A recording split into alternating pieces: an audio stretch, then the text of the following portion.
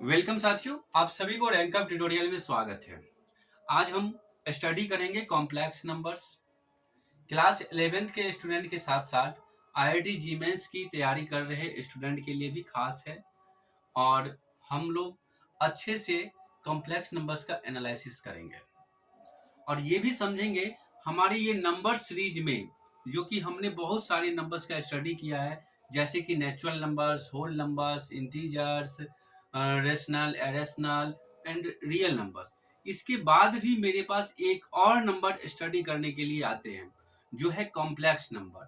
तो कुछ कुछ इरर था क्लास 10th तक हमारे लिए, उस इरर को कंप्लीट करने के लिए ही हमें यहाँ पे कॉम्प्लेक्स नंबर को स्टडी करना है। तो आखिर ऐसा कौन से पॉइंट्स था जो क्लास 10th में इरर है और वहाँ से उस चीज़ को कंप्लीट करने के लिए आया है।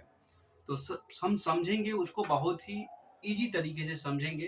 तो जैसा कि आप याद करो क्लास 10th का क्वाड्रेटिक इक्वेशन, तो क्वाड्रेटिक इक्वेशंस में आप क्या कहते हो, कहते हैं क्या, लेट यानी एक ऐसा form a x square plus b x plus c is equal to zero. अगर ए का value does not equal zero, तो यानी इसका अगर डिग्री यहाँ पे 2 है तो बोल देते हो क्या, यह एक क्वाड्रेटिक क्वाड्रेटिक इक्वेशंस है। क्वाड्रेटिक इक्वेशंस है तो क्वाड्रेटिक इक्वेशंस को हम तो जनरली समझता हूँ, जो मेरा इक्वेशंस है क्वाड्रेटिक इक्वेशंस है। तो क्वाड्रेटिक इक्वेशन में हम लोग करते क्या थे, तो क्वाड्रेटिक इक्वेशंस में हम लोग जनरली रूट्स को फाइंड करते थे। क्वाड्रेटिक इक्वेशंस को हम लोग क्या करते थे, रूट्स को फाइंड करते थे। डिग्री 2 है तो रूट्स हमारे पास 2 आएंगे। तो इसमें हमारे पास कंडीशन क्या बनते थे, x is equal to minus b plus minus root under b square minus 4ac और डिवाइडेड बाई 2। ये मेरे रूट्स फाइंड करने की फॉर्म होते थे। तो इसके बाद हमारे पास रूट के अंदर में जो बी स्क्वायर माइनस 4ac लिखा हुआ है उसे जनरली डिस्क्रीमेंट बी के नाम से जानते थे, यानी उसको सिंबॉलिकली तरीके से अगर देखें तो ये डी की वैल्यू से लिखा जाता था। तो डी का 3 कंडीशन हमारे पास मिलता था। सबसे पहले था क्या, जो डी का कंडीशन जो 0 से बड़ा हो जाए। दूसरा कंडीशन क्या था हमारे पास, दूसरा कंडीशन था ये कि जो डी का वैल्यू 0 के इक्वल हो जाए। थर्ड नंबर कंडीशन क्या था, तो डी का वैल्यू 0 से छोटा हो जाए। तो जब मेरे पास d का वैल्यू 0 से बड़ा होता था तो टू रियल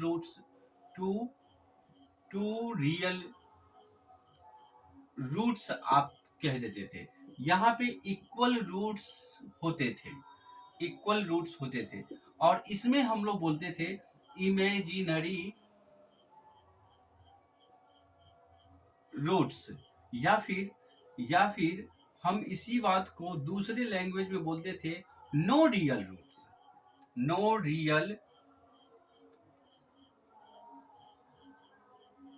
रूट्स। ये बातें हम बोलते थे। अब थोड़ा सा याद करो क्लास 10th का प्रिपरेशन। तो अगर हम आपको एक्स स्क्वायर एक एग्जाम्पल से समझने की कोशिश कर रहा हूँ, x square plus 1 is equal to 0 दे दूँ तो आप क्या कहोगे, sir x is equal to -1, x is equal to roots under -1। तो आप यहाँ पे क्या कह देते हो, यार यहाँ तो क्या कहते हैं, जो रूट्स के अंदर निगेटिव फॉर्म्स आ गया तो यह एक वायलेट नहीं है, इनवायलेट टर्म्स है, यानी डिफाइनेड नहीं है, इनडिफाइनेड है। अब ये तरह की बातें करना आप शुरू कर देते हो। तो जब इसको मैं डी के फॉर्म से जाता हूँ, तो डी के फॉर्म से जाता हूँ, अगर मैं यहाँ पे से डी निकालने के लिए जाता हूँ तो यहाँ पे हमें डी की वैल्यू 0 से छोटा आते हैं। तो मैं यहाँ पे क्या कह रहा था क्लास 10th में, तो यहाँ पे रूट्स इसका ना रियल नहीं होगा, रूट्स रियल नहीं होते हैं।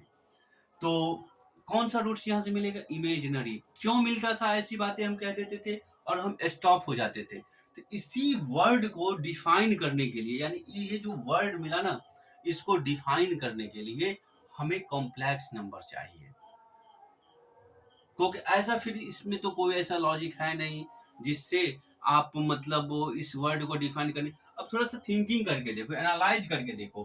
तो एनालाइज में आपके पास क्या आ रहा है, x square -1 is equal to 0, तो x square is equal to 1, x square तो root plus minus plus minus √1, तो इसको आप आंसर दे देते हो 2, मतलब प्लस माइनस 1, यानी x के 2 रियल वैल्यूज।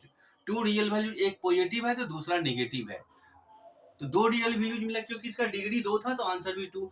यहाँ पे भी डिग्री इसका 2 है तो आंसर 2 आना चाहिए, बट रूट्स के अंदर ये निगेटिव आ गया, रूट्स के अंदर निगेटिव आ गया, तो एक ये वाले फॉर्म को ये रिप्लेस कर रहा है, डिनोट कर रहा है, तो आप कह देते हो चलो यहाँ पे डी का जो वैल्यू 0 से छोटा आ गया, इसका रियल रूट्स बनेगा ही नहीं, तो हम यहीं पे रुक जाता हूँ और आगे सॉल्व करने की जरूरत नहीं है। ऐसी बातें हमने क्लास 10th में किया था, ठीक है। तो जो हमारे जो क्लास 10th था उस अकॉर्डिंग यहाँ उस क्लास तक हमें इतनी ही बातों को स्टडी करना था। अब क्लास 11th में उसी चीज को आगे बढ़ाना है, उसी फॉर्म को आगे बढ़ाकर कह रहा है क्या, जो रूट्स के अंदर माइनस अगर कभी भी आ जाए तो उसको हम इमेजिनरी रूट्स तो कहते ही है, साथ में उसका एक सिंबल भी सीखने के लिए मिलेगा। तो क्या कहा गया है, तो एक अच्छे से मैथमेटिशियन आते हैं और रूट्स के अंदर नेगेटिव 1 को आयोटा के नाम देकर उसको रिप्रेजेंट करता है, ओटा का नाम देकर के उसको रिप्रेजेंट करके चले जाते हैं। तो मतलब रूट्स के अंदर कहीं पर भी हमें -1 दिखता है तो उसको हम क्या लिखूंगा, तो आयोटा कहूंगा या फिर आयोटा से रिप्रेजेंट करूंगा। तो इसका जो फर्स्ट लेटर है उससे मैं डिनोट करूंगा I is equal to roots under -1, यानी कहीं पर भी हमें दिखे रूट्स अंडर -1 तो उसको मैं लिखूंगा आयोटा। क्या लिखूंगा, तो आयोटा लिखूंगा। क्लियर है दोस्तों। तो चलिए अब यहाँ पे थोड़ा सा और सीखने वाली बातें हैं, और भी सीखने की बातें हैं, तो क्या क्या है यहाँ से, तो वो भी आप समझ लो। अगर ये आयोटा है तो अगर इसको आप मतलब पार्टिकुलरली वे में नंबर के हिसाब से इसको रिड्यूस कर सकते हो, तो मतलब नंबर के हिसाब से कैसे रिड्यूस कर सकता हूँ, तो अगर सब थोड़ा सा आप ध्यान दो, अगर मैं एक एग्जांपल दे दूं, अगर रूट्स के अंदर -2 लिखा हुआ है, तो रूट्स के अंदर -2 लिखा हुआ है तो क्या करना है, इसको मैं जानता हूँ जो -1 इंटू 2 लिखा हुआ है, तो इसको मैं क्या लिख सकता हूँ, root under -1 into root under 2। इसको क्या लिखना है, तो आयोटा लिखना है, यहाँ पे √2 के √2 आ जाएगा। कोई एक और एग्जांपल ले लीजिए, तो क्या लिख सकते हैं आप इसको, अगर रूट्स में -4 दिख गया तो इसको क्या लिख सकते हैं, -1 इंटू 4, मतलब -1 इंटू √4, तो ये हो गया आपका कितना, तो आयोटा इंटू 2, इसको मैं लिख सकता हूँ 2 आयोटा। ये बातें समझ में आ रहा है, यानी निगेटिव दिख रहा है रूट्स के अंदर तो मैं आयोटा का रिप्रेजेंटेशन लगा रहा हूँ। रूट्स के अंदर निगेटिव दिखेगा, क्या लगाओगे, तो आयोटा लगाओगे। क्या लगाना है, रूट्स के अंदर अगर माइनस नंबर दिख गया तो उस माइनस को पॉजिटिव बनाना है और उसमें हमें आयोटा इंक्लूड करना है। क्लियर है। तो अब आगे चलता हूँ, थोड़ा सा और भी सिंबॉलिकली तरीके हैं जिसको आप रिप्रेजेंटेशन से एनालाइज करके आप उसको समझ सकते हो। तो कैसे, तो थोड़ा सा इसको मैं मिटाता हूँ, अगर आपको नोट करना है, ये उसे आप क्लास 10th में ऑलरेडी स्टडी कर चुके हैं, तो ये नोट करने की कोई जरूरत नहीं। अगर आपको लगता है हमें नहीं नोट करना चाहिए तो आप नोट्स कर सकते हो, ठीक है। तो और क्या हमें एनालाइज करना है वो थोड़ा सा देखते हैं। कॉम्प्लेक्स नंबर्स का ये बेसिक टर्म है, चैप्टर्स को पहले स्टार्ट करने से हमें पहले इसके टर्म्स के बारे में समझना पड़ता है, जो क्यों ऐसी बातें आया। अब कितने लोगों स्टूडेंट के दिमाग में आता होगा ये आयोटा होता क्या है, कितने स्टूडेंट के दिमाग में चलता होगा ये आयोटा होता क्या है, तो थोड़ा शब्द रखो, आयोटा के बारे में भी समझ में मिल जाएगा। आयोटा एक ग्रीक लेटर्स है, यानी जर्मन जैसे मेरा कंट्री इंडिया है ना, इंडिया का जो लैंग्वेज है तो क्या है ये, मतलब स्टेज वाइज भी होते, स्टेट लैंग्वेज भी होते हैं, और नेशनल लैंग्वेज में लोगों का क्या है तो वो हिंदी है, इंटरनेशनल लैंग्वेज क्या है तो वो इंग्लिश है।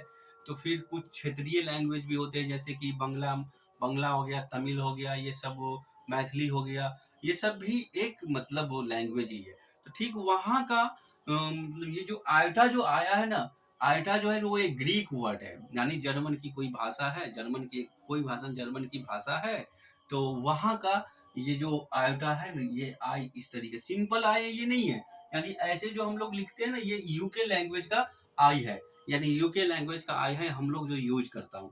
बट जर्मन में क्या ना, इसी आई को लिखने के लिए ना उन्होंने ऐसे थोड़ा सा टेढ़े करके इसका यूज करता है।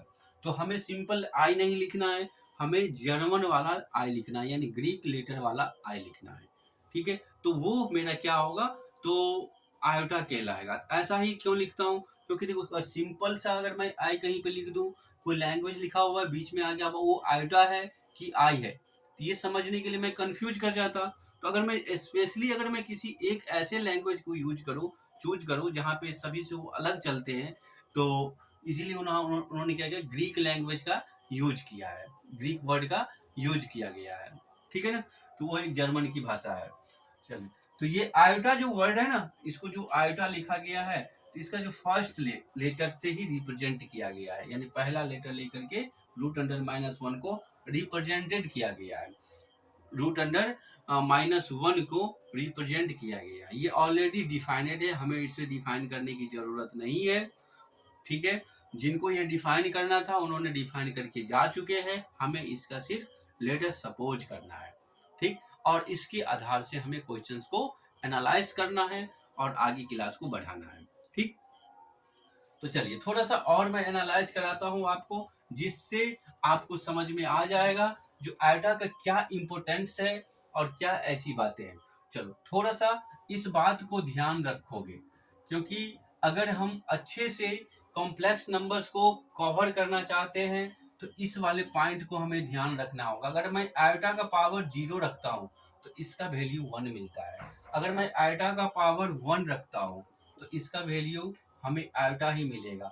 हाँ, अब किसी को आयोटा का पावर 1 लिखा, उन्होंने आयोटा लिख दिया और उसके जगह पर इन्होंने √(-1) लिख दिया, तो √(-1) लिख दिया, तो इसके लिए ना यहाँ पे वो मीनिंगलेस वैल्यू है। अलजेब्रा मैथमेटिक्स क्या कहता है, जो रूट्स के अंदर निगेटिव डज नॉट मीनिंग, यानी मीनिंगलेस है वो। ठीक है ना, तो हमें रूट्स के अंदर निगेटिव वर्ड अलजेब्रा के मैथमेटिक्स के अनुकूल वो मीनिंगलेस है, उसका कोई वैल्यू नहीं होता है, उसको हम केवल रिप्रेजेंट करके ही लिखते हुए आ रहा हूं और आगे भी हमें लिखना है। क्लियर है, तो हम यहाँ पे आयोटा का पावर अगर 1 दिखता है तो उसको आयोटा लिखूंगा, ना कि √(-1) लिखूंगा।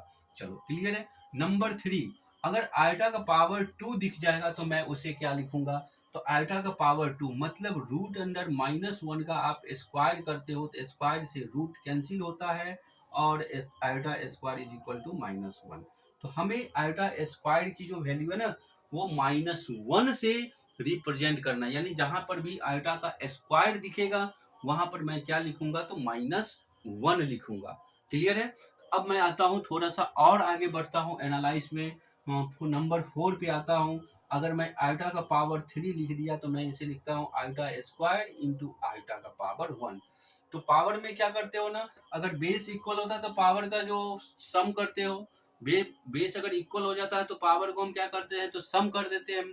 तो यहाँ पर जब आप सम करने के लिए जाओगे तो कितना हो जाएगा, 3 हो जाएगा। मतलब हम आयोटा का पावर 3 को इस तरीके से मैं रिप्रेजेंट कर सकता हूँ। तो आयोटा का पावर स्क्वायर को क्या लिखते हो, -1 लिखता हूँ, और आयोटा के पावर 1 को क्या लिखना होता है, तो आई लिखना होता है। तो इसका कितना रिजल्ट हो गया, माइनस आयोटा हो गया। अगर आयोटा का पावर 3 दिखेगा तो उसको क्या लिखोगे, आयोटा का पावर 3 दिखेगा तो हमें उसे लिखना होता है माइनस आयोटा। चलो नंबर 5 में देखता हूँ, आयोटा का पावर 4। आयोटा का पावर 4 है तो उसे क्या लिखोगे, iota square into iota square. तो आयोटा स्क्वायर का value -1 into -1 is equal to +1, iota का पावर 4। ठीक है। नंबर 6 में आ जाओ, नंबर 6 में आयोटा का पावर 5 लेता हूँ तो क्या लिखोगे, आयोटा 4 इंटू आयोटा 1। तो यहाँ पे आयोटा का पावर 4 का वैल्यू जस्ट ऊपर देखोगे तो +1 दिखेगा, और आयोटा को तो आप आयोटा ही लिखते हो, तो ये आपका आयोटा हो गया। यानी आयोटा का पावर 5 दिखता है तो उसका वैल्यू आयोटा होता है। नंबर 7 में मैं एक और एग्जांपल बढ़ाता हूँ, उसका पावर मैं 6 ले लेता हूँ, उसका पावर मैं 6 ले लेता हूँ। तो आयोटा का पावर 4 इंटू आयोटा का स्क्वायर, ये क्या दिखेगा, तो ये तो आपका 1 हो गया। ये क्या दिखेगा, माइनस हो गया, मल्टीप्लाइड करोगे -1 होगा। नंबर 8 लेकर के चलो, नंबर 8 में कितना, आयोटा का पावर 7, आयोटा का पावर 4 इंटू आयोटा का पावर 3। तो इसको क्या लिखते हो, तो ये तो आपका 1 हो गया, इसे क्या लिखते हो, तो माइनस आइटा लिखते हो। मल्टीप्लाइड करोगे क्या मिलेगा, तो माइनस आइटा मिलेगा। यानी आइटा का पावर 7 किसके इक्वल होता है, तो माइनस आइटा के इक्वल होता है, याद रखना है। अब थोड़ा सा यहाँ पे एनालाइज करना है।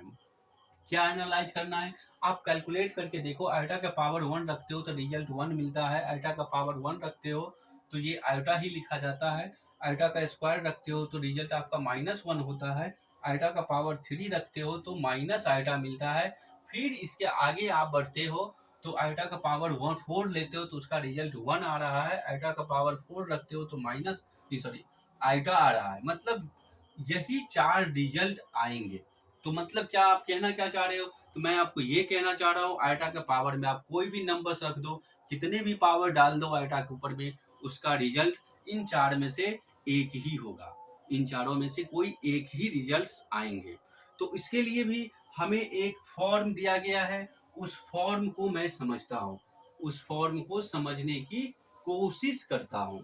तो कैसे, तो थोड़ा सा समझिए। तो उस चीज को हमें लर्न करने के लिए हमें बताया गया power of iota, power of iota, power of iota. मतलब आयोटा का पावर एन क्या करना है, यूक्लिड डिवीजन लेमा का फॉर्म का यूज करो। यूक्लिड डिवीजन लेमा का, यूक्लिड डिवीजन लेमा का मतलब क्या, पहले टोटल पावर को आप 4 से डिवाइड करते हो, इस नंबर को डिवाइड करूंगा क्यूसेंट मिलेगा 4 क्यू प्लस रिमाइंडर, ये आपका रिमाइंडर हो गया, ये आपका रिमाइंडर हो गया, ये आपका क्यूसेंट हो गया, और ये आपका डिविडेंड हो गया और डिवाइजर हो गया। ठीक है, इतनी बात तो समझ में आया। यूक्लिड डिवीजन लेमा के रूल्स के अकॉर्डिंग अगर आप किसी भी नंबर को 4 से डिवाइड करते हो तो उसका रिमाइंडर की पॉसिबिलिटी क्या होगा, तो 0 होगा, 1 होगा, 2 होगा, 3 होगा, 4 हो सकता है, नहीं होगा। अगर 4 से मैं डिवाइड कर रहा हूँ तो रिमाइंडर मेरा 4 आने की तो कोई पॉसिबिलिटी है ही नहीं, क्योंकि अब अगर रिमाइंडर 4 बचेगा तो एक टाइम्स में क्या कहते हैं, जो डिवीजन में तो आ जाएंगे, तो रिमाइंडर तो कभी भी इससे छोटा ही होगा। तो 0 1 2 3 0 1 2 3 यानी यही 4 डिजिट यानी आपको रिमाइंडर दिखने वाला है। यानी कोई भी नंबर हो पावर में, आयोटा के पावर में, जब उसको आप 4 से डिवाइड करोगे तो इन्हीं डिजिट में से कोई एक आपका रिमाइंडर बचता हुआ दिखेगा।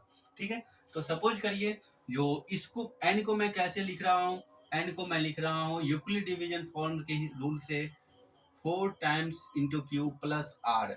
तो मैं यहाँ पे थोड़ा सा देखोगे एनालाइज करता हूँ, आयोटा का power 4 into q plus r, और फिर मैं क्या लिख रहा हूँ यहाँ पे आयोटा का पावर 4 क्यू इंटू आयोटा का पावर आर। ये किसी के दिमाग में आता होगा ये आप कहाँ से लिख पा रहे हो, तो हम इसको लिख पा रहा हूँ ए का पावर एम इंटू ए का power n is equal to a का पावर एम प्लस एन। अगर किसी भी नंबर का बेस इक्वल होता है तो उसके पावर को मैं सम कर सकता हूँ, किसी भी नंबर का पावर बेस अगर इक्वल होता है तो उसके पावर को मैं सम कर सकता हूँ, ये एक्सपोनेंट की प्रॉपर्टी से हम लिख सकता हूँ। तो यहाँ पर अगर कोई फॉर्म ए का पावर में एम प्लस एन है तो उसको मैं ऐसे लिख सकता हूँ, अगर कोई नंबर ऐसे है तो मैं इसको इस तरीके से लिख सकता हूँ। तो उसी रूल को फॉलो किया मैंने। अब यहाँ पर क्या, आयोटा का पावर 4 रख सकता हूँ और उसके पावर में क्यू इंटू आयोटा का पावर आर। क्लियर है, अगर आयोटा का पावर 4 है तो उसका रिजल्ट कितना होता है, तो 1। तो ये आप कहाँ से लिख रहे हो, तो आयोटा का पावर 4 है तो आप उसको क्या लिख पा रहे हो, तो 1 मैं लिख पा रहा हूँ, क्या लिख पा रहा हूँ, 1 लिख पा रहा हूँ।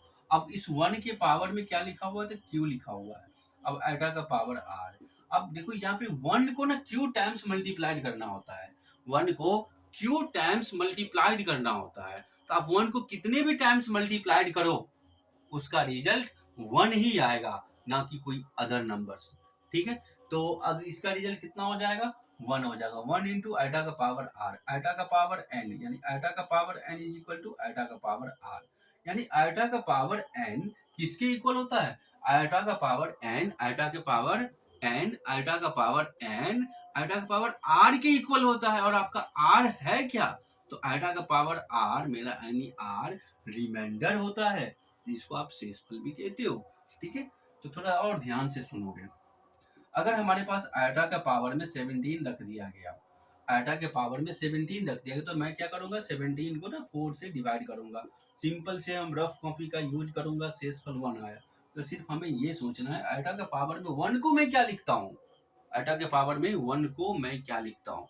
ये नहीं सोचना है जो आटा के पावर में 17 है तो क्या लिखूं, हमें ये सोचना अब है 4 से डिवाइड करने के बाद आटा का पावर 4 से मैं डिवाइड किया तो शेषफल मेरा 1 आया, रिमाइंडर यानी 1 आया। तो 1 जाने के बाद मैंने उसको क्या रखा, आटा का पावर 1 रख दिया। तो अब हमको ये सोचना है जो आटा का पावर 1 आ गया तो क्या मैं इसको लिखूंगा, तो आटा के पावर 1 को तो आटा ही लिखना होता है।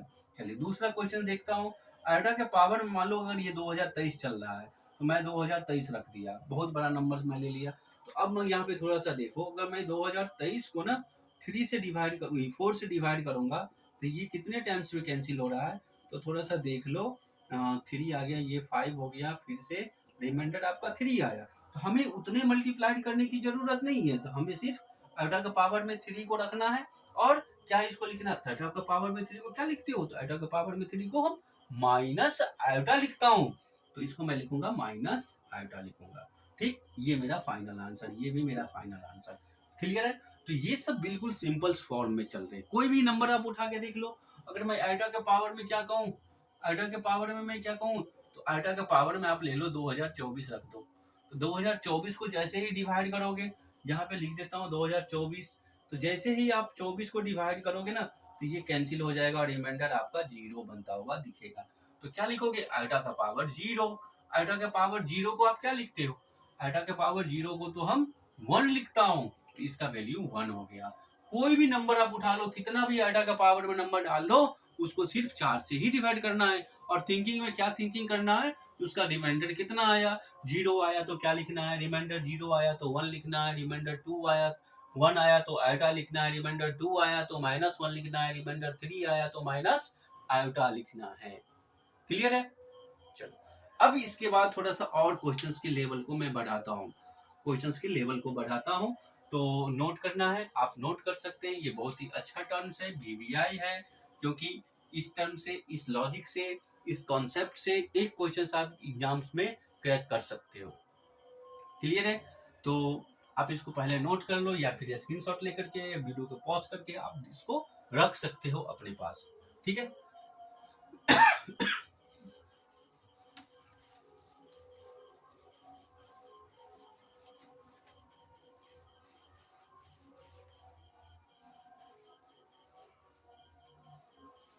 एक दो एग्जाम्पल मैं और करता हूँ ताकि क्लियर हो जाए, फिर मैं आज की क्लास को यहीं पे स्टॉप करूँगा, लंबा क्लास नहीं होगा। चलिए अब थोड़ा सा और थिंकिंग करो, अगर आयोटा का पावर 1947 में डाल दिया, यानी 1947 डाल दिया तो क्या होगा, तो अगर 1947 है, 4 से इसको डिवाइड करो, 4 से मैं डिवाइड किया, 3 आया, 4 आया, 8 टाइम्स 32, 1 7, अब 4 4 जा 16, यानी रिमाइंडर मेरा 1 आ रहा है, तो क्या लिखूंगा, तो 1 लिखूंगा। रिमाइंडर 1 आ गया, केवल मैं ही लिखूंगा कि आयोटा का पावर 1, उसको क्या लिखता हूँ, तो आयोटा लिखते हो। कोई और रिजल्ट आप देख लो, आयोटा का पावर, आयोटा का पावर कितना हो जाएगा, आयोटा का पावर अगर मैं 0 ले लो, नहीं 0 ने वाला नहीं चलेगा, चलिए मतलब 1857 में ले लेता हूँ, हिस्टोरिकल है। अगर मैं 1857 को 4 से मैं करके देखूं तो 4 शेषफल कितना आ रहा है, हमें सिर्फ यही सर्च कर रहा हूँ, तो 6 117, फिर यहाँ से भी रिमाइंडर 1 आ रहा है, तो 1 आ गया, इसको क्या लिखना है, तो आयोटा लिखना है। कोई और नंबर ढूंढ लो, कोई और नंबर ले लो, 1866 ले लो, ये भी हिस्टोरिकल डेट है। तो 1866 को जब 4 से डिवाइड करोगे ना तो रिमाइंडर आपका 2 बचता हुआ दिखेगा, शायद हम कन्फर्म नहीं है। 4 4 जा 16, 2 26, हाँ 2 बचेगा, तो इसको आप क्या लिखोगे, -1 लिखोगे। चलो थोड़ा सा और क्वेश्चंस को मैं लेवल को बढ़ाता हूँ, फिर मैं थोड़ा सा मैं हिंट करके जा रहा हूँ, आप थोड़ा ध्यान से देखोगे। एक न्यू कॉन्सेप्ट है, बहुत ही अच्छा कॉन्सेप्ट है, इस कॉन्सेप्ट को समझने की कोशिश करना। क्या है कॉन्सेप्ट, थोड़ा सा देख लेना। देखो अगर आइटा का पावर आप 0 रखते हो और इस पे आप आइटा का पावर 2 को डालते हो, तो आइटा के पावर 0 को क्या लिखते हो? 1 लिखता हूँ। आइटा के पावर में 2 को क्या लिखता हूँ? तो -1 लिखता हूँ। इन दोनों का सम क्या हो गया? तो 0 हो गया। थोड़ा ध्यान से देखते रहोगे, बहुत ही अच्छा एनालाइज है। अगर आइटा का पावर मैं 1 लेता हूँ, आइटा का पावर मैं 3 लेता हूँ, तो इसका सम कितना होगा? आइटा का पावर 1 को क्या लिखते हो? आप आइटा ही लिखते हो। आइटा का पावर 3 को क्या लिखते हो? तो माइनस आइटा लिखते हो। इसका सम क्या हो गया? तो 0 हो गया। थोड़ा ध्यान से देखते रहना। फिर इसके बाद अगर थोड़ा एक और टर्म को देखो, आइटा का पावर 0 लिया, आइटा का पावर 1 लिया, आइटा का पावर 2 लिया, आइटा का पावर 3 लिया। थोड़ा सर्च करके देखो, आइटा का पावर 0 को क्या लिखते हो? तो 1 लिखता हूँ। आइटा का पावर 1 को क्या लिखते हो? तो आइटा लिखता हूँ।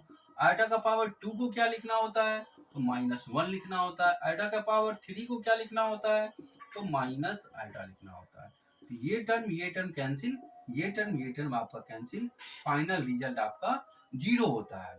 नंबर 4 में देखोगे, आइटा का पावर मैं 1 लेता हूँ, आइटा का पावर 2 लेता हूँ, आइटा का पावर 3 लेता हूँ, आइटा का पावर 4 लेता हूँ। इसका सम क्या होगा?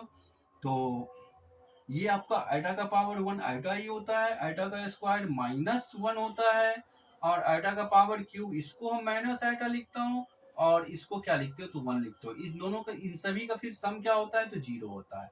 तो यहाँ से कैलकुलेशन क्या निकल रहा है? अगर इन दोनों टर्म को देखोगे तो क्या दिख रहा है? इन दोनों टर्म को ये दिख रहा है, जो लगातार 4 वैल्यू आने पर, यानी लगातार आइटा का पावर 4 कॉन्स्टिट्यूटिव टर्म हो, मतलब आइटा का पावर लगातार 4 टर्म वाला हो, तो उसका जो सम होगा वो 0 होगा। क्या होगा? आइटा का पावर अगर लगातार 4 टर्म का हो, यानी 4 कॉन्स्टिट्यूटिव नंबर्स हो, टर्म्स हो, पद हो, तो उसका जो सम होगा वो एक 0 होगा। क्या होगा? 0 होगा। उसके ऊपर वाले में क्या कैलकुलेशन है? थोड़ा और इनको क्लियर करिए। तो देखो नंबर 5 में मैं लेता हूँ, आइटा का पावर 4 ले लो, आइटा का पावर 6 ले लो, ठीक है। इसको क्या लिखते हो सर? तो इसको हम मैं 1 लिखता हूँ। इसको क्या लिखना होता है? तो माइनस आइटा का पावर 2 होता है। रिमाइंड देखो, 6 को आप अगर 4 से डिवाइड करोगे तो रिमाइंडर आपका 2 आएगा, 2 लिखा। अब यहाँ पर क्या, ये तो आपका 1 ही हो गया, इसको क्या लिखना होता है? -1 लिखना होता है। इसका भी सम 0 आ गया। थोड़ा और देखोगे, एक और क्वेश्चन पे एनालाइज करो। अगर आइटा का पावर 5 है और आइटा का पावर 7 है, आइटा का पावर 5 है और आइटा का पावर 7 है, इसको क्या लिखते हो सर? इसको तो मैं आइटा का पावर 1 लिखता हूँ, और इसको मैं आइटा का पावर 3 लिखता हूँ। यार ऐसे सोच लेना, 5 को हम 4 से डिवाइड किया, और से रिमाइंडर यहाँ से 1, 7 को अगर मैं 4 से डिवाइड किया तो यहाँ से 3, तो इस पे वो लिख दिया। आइटा का पावर 1 को क्या लिखना होता है? तो आइटा लिखना होता है। आइटा का पावर 3 को क्या लिखना होता है? माइनस आइटा लिखना होता है। इन दोनों का भी सम क्या होता है? तो 0 होता है। इन दोनों का भी सम भी मेरे पास 0 होता है। तो यहाँ से भी कैलकुलेशन सामने निकल के आ रहा है। क्या निकल के आ रहा है? अगर आइटा का पावर में सम संख्या हो, तो सम संख्या की पहचान क्या? लास्ट डिजिट 0 होना चाहिए, 2 होना चाहिए, 4 होना चाहिए, 6 होना चाहिए, 8 होना चाहिए। तो यहाँ पे 0 दिख रहा है, तो इसको अगर सम करोगे तो 2 का पेयर लगाओगे, एनी 2, कोई भी 2 ले लो, तो दो दो बीच का एक नंबर है भाई, ध्यान रखोगे, तो इसका सम 0 होता है। फिर यहाँ पे देखो ऑड नंबर का सम, लगातार ऑड नंबर है ना, 5 के बाद 7 वाले आते हैं, तो उसका भी सम, 0 के बाद 2 वाला इवन नंबर दिख रहा है, तो वो भी सम करोगे तो 0 मिलेगा। ठीक है, ये सब टाइप के क्वेश्चंस को हमें कैलकुलेशन को ना बाहर निकालना होता है, क्योंकि जीमेंस वाले जो है ना इसी सब टर्म्स को लगा करके, मतलब वो सीरीज बना करके क्वेश्चन पूछते हैं, और एक क्वेश्चन तो श्योरली आते हैं। तो अगर मैं ये सब कैलकुलेशंस को अच्छे से कवर कर पाता हूँ तो मेरे लिए जीमेंस को क्वेश्चंस को समझना बहुत ही इजी हो जाएगा। ठीक है, तो आज की क्लास को मैं यहीं पर ड्रॉप करूंगा। अगली क्लास में मैं जीमेंस के लेवल के क्वेश्चंस को, कॉन्सेप्ट को समझने की कोशिश करूंगा, और जानूंगा जो जीमेंस का क्वेश्चन कैसे सॉल्व होता है और किस टाइप से पूछे जाते हैं। वो आइटा वाला रिलेटेड क्वेश्चन ही मैं करूंगा। ठीक है, तब तक के लिए हमें इजाज़त दीजिए, मिलेंगे